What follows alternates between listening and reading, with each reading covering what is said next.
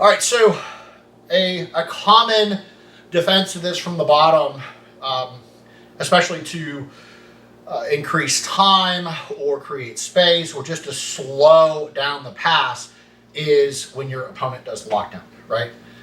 Now, there's a lot of things that they can do from a lockdown, but realistically, what it does for me in a top position is it makes me deal with it.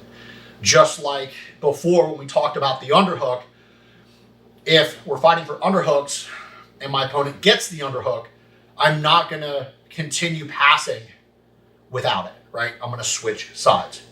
So the same thing happens here is I have to address his defense.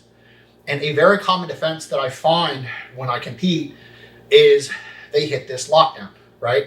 And so my partner is going to get this lockdown in, right? So we've achieved this half guard position, but throughout this process, he blocks it with this lockdown, right? And as you know, with the lockdown, I can't get back up on my feet when he has this. It's very difficult for me to pop back up because of the angle of the pressure that's happening from this position. So here we are, right? Now, it doesn't work as well. I can't drive my weight because I don't have the base and the power foot because it's in that lockdown position. So one of my favorite ways to handle lockdown is to turn into it, right? And so what happens is I take my hip or I take my knee and I bring it inside his hip and I take this hand and goes to the opposite hip. Here.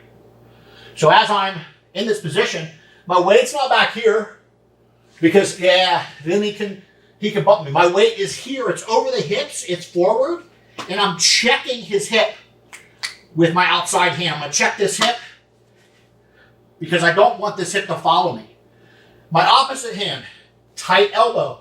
If I don't go tight elbow and I go out here, he's going to grab it. He's going to loop inside. He can do something. Oh, yeah, this is horrible. I don't want that, right?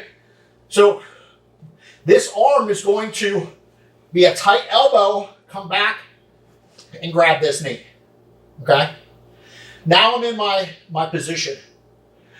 I'm going to come up to my toes, put my knee inside,